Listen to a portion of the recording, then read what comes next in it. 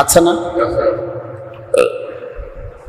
আমরা দেখেছি স্বামীর নামে নাম অন্য কাহারো নাম হলো তাকেও কিন্তু সেই নামে ডাকতো না। আগের যুগের আমাদের আম্মাজিরা এরকম ছিল। তো সেখানে পিতা মাতার নাম ধরে তাদেরকে বকাবাদ্য করা আজকাল সন্তানের কোনো অভাব নাই, অনেক আছে, অনেক ঘটনা আছে। এই জন্য রাসূল বলেছেন, তোমরা তোমাদের পিতা মাতার নাম ধরে ডেকিও না, আর তার আগে আগে কখনো চলিও না।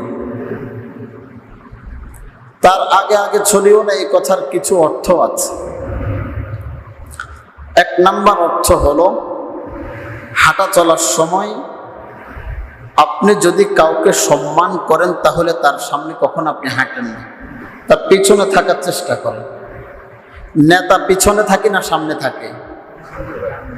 নেতাকে আমরা সম্মান করি, শ্রদ্ধা করি, নেতা আমাদের সামনে থাকে, আমরা পিছনে থাকি।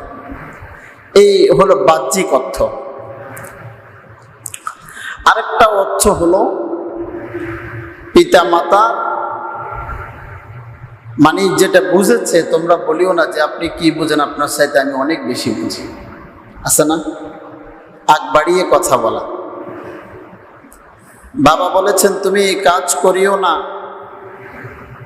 সন্তান বলে আপনি কি বুঝবেন এগুলা? কি বর্তমান সমাজে এগুলো নাই? হাদিসের আরেকটা অর্থ হলো এটা, তোমরা পিতামাতার উপরে কথা বলিও না, আগ বাড়িয়ে চলিও না, মানে হলো তাদের উপরে তোমরা কথা বলিও না। 3 নাম্বার বলেছেন, তোমরা তাদের আগে বসিও না। কোনো জায়গায় বাবা গিয়েছে, সন্তান গিয়েছে, সন্তান এলাকার মেম্বার, এখন সন্তান সেখানে ভালো একটা স্থান পেয়েছে, তার উচিত হলো, নবীজির শিক্ষা হলো, তোমরা তোমাদের বাবা মায়ের সামনে বসিও না, তাদেরকে সম্মান দেখো। মানে সবগুলা কথার সমষ্টি হলো, তোমরা তোমাদের বাবা মাকে কি করো? সম্মান করো। বুঝে আসছে? বাবা মায়ের সম্মান করো।